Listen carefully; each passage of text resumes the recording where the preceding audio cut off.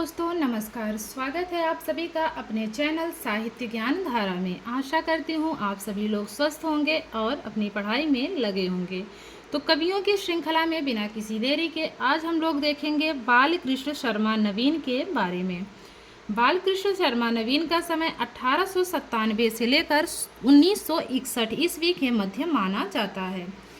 बालकृष्ण शर्मा नवीन का जन्म सन 1897 को भयाना गांव ग्वालियर में हुआ। बालकृष्ण शर्मा नवीन का प्रथम काव्य कुमकुम है जो सन 1939 को प्रकाशित हुआ। बालकृष्ण शर्मा नवीन के उर्मिला काव्य में भारतीय संस्कृति के उज्ज्वल पक्ष को दर्शाया गया है। आगे है, बालकृष्ण शर्मा नवीन हिंदी काव्य जगत में बालकृष्ण शर्मा नवीन स्वच्छंद प्रेम व मस्ती के रूप में प्रसिद्ध हैं। बालकृष्ण शर्मा नवीन गणेश शंकर विद्यार्थी के प्रिय मित्र थे। नवीन जी को बलिदानी जीवनी की प्रेरणा गणेश शंकर विद्यार्थी से ही मिली थी। आगे देखते हैं, बालकृष्ण शर्मा नवीन ने कानपुर से प्रभा पत्रिका का संपादन किया था। तो जो प्रभा पत्रिका है उसका संपादन बालकृष्ण शर्मा ने कहाँ से किया था? तो वो किया था कानपुर से।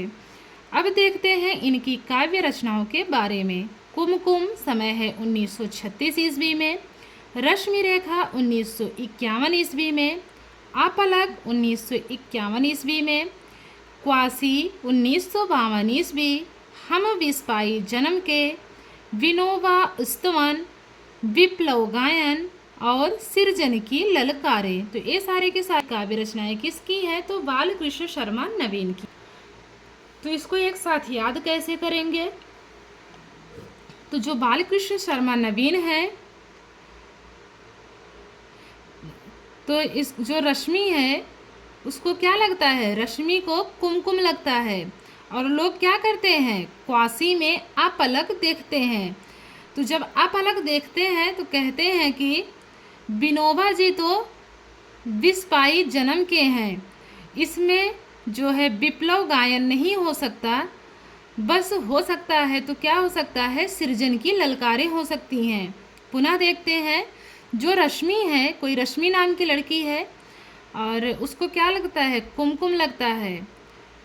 तो जो क्वासी में लोग उसको क्या करते हैं? आपलक निहारते हैं। तो कहते हैं कि जो विनोबा जी हैं वो तो क्या है? विस्पाई हैं जन्म के, इसमें विप्लव गायन नहीं संभव है, इसमें तो सृजन की ललकारें ही संभव हैं। तो इस प्रकार से रचनाओं को कनेक्ट कर लेंगे एक साथ। तो ये सारी की सारी रचनाएं बालकृष्ण शर्मा नवीन की हैं। आगे देखते हैं, अब बात करते हैं इनकी प्रसिद्ध पंक्तियों की। कभी कुछ ऐसी तान सुनाओ कि उथल पुथल मच जाए, एक हिल्लोर इधर से आए, एक हिल्लोर उधर से आए। तो ये पंक्ति है बालकृष्ण शर्मा नवीन की। अगली पंक्ति है, हो जाने दो गर्क नशे में, मत पड़ने दो फर्क नशे में। हो जाने दो गर्क नशे में, मत पड़ने दो फर्क नशे में। पंक्ति किसकी है? तो ये भी पंक्ति है बालकृष्ण शर्मा नवीन की। आगे है, और चाटते जूठे पत्ते उस दिन देखा मैंने नर को, उस दिन सोचा क्यों न लगा दूं आज आग दुनिया भर को। पंक्ति है, और चाटते जूठे पत्ते उस दिन देखा मैंने नर को, उस दिन सोचा क्यों न लगा दूं आज आग दुनिया भर को। तो ये भी पंक्ति किसकी है? तो बालकृष्ण शर्मा नवीन की है।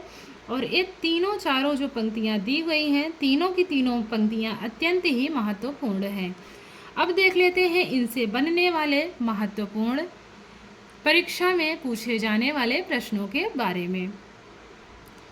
पहला प्रश्न है, बालकृष्ण शर्मा नवीन किस काव्य धारा के कवि हैं? छायावाद, प्रयोगवाद, राष्ट्रीय सांस्कृतिक या फिर प्रगतिवाद? तो जो बालकृष्ण शर्मा नवीन हैं वो राष्ट्रीय सांस्कृतिक चेतना काव्य धारा के कवि माने जाते हैं। तो जो इसमें तीसरा वाला ऑप्शन है बिल्कुल सही है। अगला प्रश्न है, बालकृष्ण शर्मा नवीन का जन्म कब हुआ? 1897, 1898, 1899 या फिर 1900 ईस्वी? तो जो इसमें पहला वाला ऑप्शन है 1897 बिल्कुल सही जवाब है। अगला प्रश्न देखते हैं। बालकृष्ण शर्मा नवीन का जन्म कहाँ हुआ? बेनीपुर गांव मुजफ्फरपुर बिहार, भायाणा ग्वालियर मध्य प्रदेश, कौसानी गांव अल्मोड़ा उत्तराखंड, चुनार गांव मिर्ज़ापुर उत्तर प्रदेश। तो बालकृष्ण शर्मा नवीन का जन्म भायाणा ग्वालियर मध्य प्रदेश में हुआ था। अगला प्रश्न है, बालकृष्ण शर्मा नवीन का प्रथम काव्य है रश्मि रेखा, अपलक, कुमकुम या फिर क्वासी। तो जो बालकृष्ण शर्मा नवीन है इनका प्रथम काव्य कुमकुम माना जाता है। कुमकुम काव्य कब प्रकाशित हुआ? 1928, 1939, 1931 या फिर 1932। तो कुमकुम काव्य का प्रकाशन 1939 ईस्वी में हुआ। बालकृष्ण शर्मा ने उर्मिला काव्य की रचना कब की थी? 1928, 1934, 1931 या फिर 1932। तो जो बालकृष्ण शर्मा नवीन है उनकी उर्मिला 34 वर्ष की थी। 34 वर्ष अर्थात 1934। आगे है, उर्मिला काव्य कब प्रकाशित हुआ? 1968, 1964, 1975, 1972। तो जो प्रकाशन वर्ष इसका है 1975 में है। उर्मिला काव्य की रचना 1934 ईस्वी में हुई और वहीं अगर प्रकाशन की बात की जाए तो उर्मिला काव्य का प्रकाशन 1975 ईस्वी में हुआ था। आगे देखते हैं, बालकृष्ण शर्मा नवीन की प्रथम रचना किस विधा की है? कहानी, कविता, निबंध या फिर उपन्यास। तो इनकी जो पहली रचना है वो उसकी विधा क्या है? तो उसकी विधा है कहानी। आगे है, बालकृष्ण शर्मा नवीन की प्रथम कहानी संतु किस पत्रिका में प्रकाशित हुई? हंस, विशाल भारत, सरस्वती या फिर इंदु। तो संतु कहानी इनकी जो है सरस्वती पत्रिका में प्रकाशित हुई। तीसरा वाला ऑप्शन बिल्कुल सही है। हिंदी साहित्य में कौन कवि स्वच्छंद, प्रेम व मस्ती के कवि के रूप में प्रसिद्ध हैं? श्रीधर पाठक, राम नरेश त्रिपाठी, बालकृष्ण शर्मा नवीन या फिर नागार्जुन। तो वो है बालकृष्ण शर्मा नवीन। बालकृष्ण शर्मा नवीन ने किसके साथ प्रताप पत्रिका का संपादन किया था? माखनलाल चतुर्वेदी, गणेश शंकर विद्यार्थी, भवानी प्रसाद मिश्र या फिर दिनकर। तो इसमें दूसरा वाला ऑप्शन गणेश शंकर विद्यार्थी बिल्कुल सही है। अगला प्रश्न है,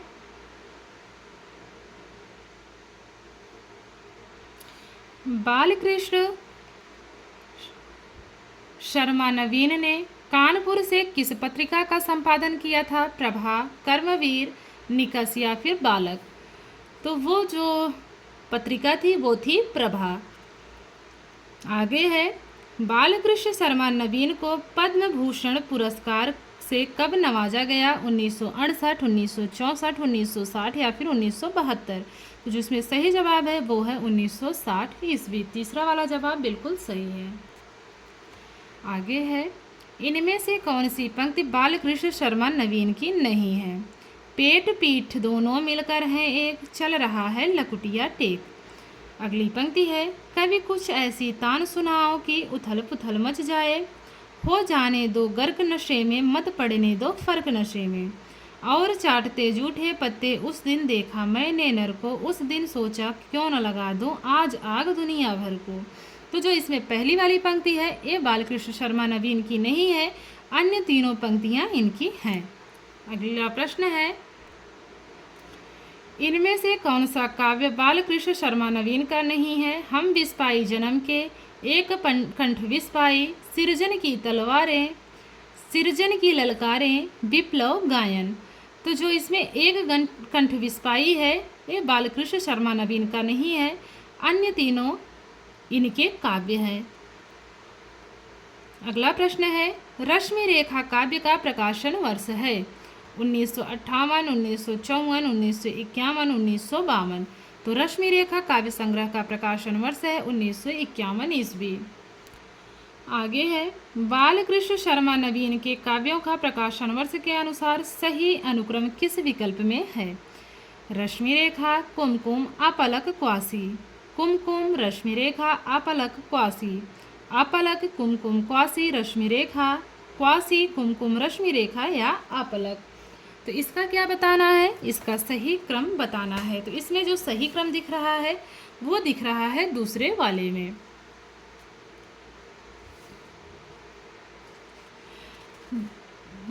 सबसे पहले है कुमकुम। कुमकुम का समय है 1936 ईस्वी। रश्मि रेखा 51 की है, 1951 की है। अपलक 1951 की है। क्वासी 1952 की है। तो ये दूसरा वाला ऑप्शन इसमें बिल्कुल सही है। अगला प्रश्न देखते हैं।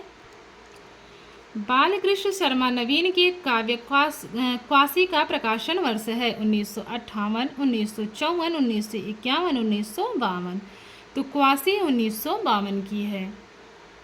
क्वासी 1952 की है। अगला प्रश्न है, बालकृष्ण शर्मा नवीन ने प्रभा पत्रिका का संपादन कब किया? 1915 से 17 के बीच, 1917 से 19 के बीच, 1900 से 2100 के बीच, या फिर 1921 से लेकर 1923 ईस्वी के मध्य।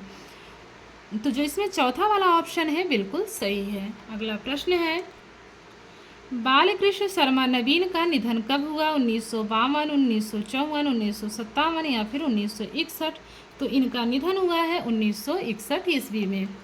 तो आशा करती हूँ आज की वीडियो आप लोगों को अच्छी लगेगी। अगर वीडियो अच्छी लगे तो प्लीज़ लाइक भी कर दिया करिए और कमेंट करके ज़रूर बताया करिए कि वीडियो कैसी लगी। जिन लोगों ने चैनल को सब्सक्राइब कर रखा है उनका बहुत बहुत आभार, उनका बहुत बहुत धन्यवाद सहयोग करने के लिए, जुड़े रहने के लिए। तो मिलते हैं कवियों की श्रृंखला में एक और कवि के साथ। तब तक के लिए सभी को जय श्री कृष्णा, नमस्कार।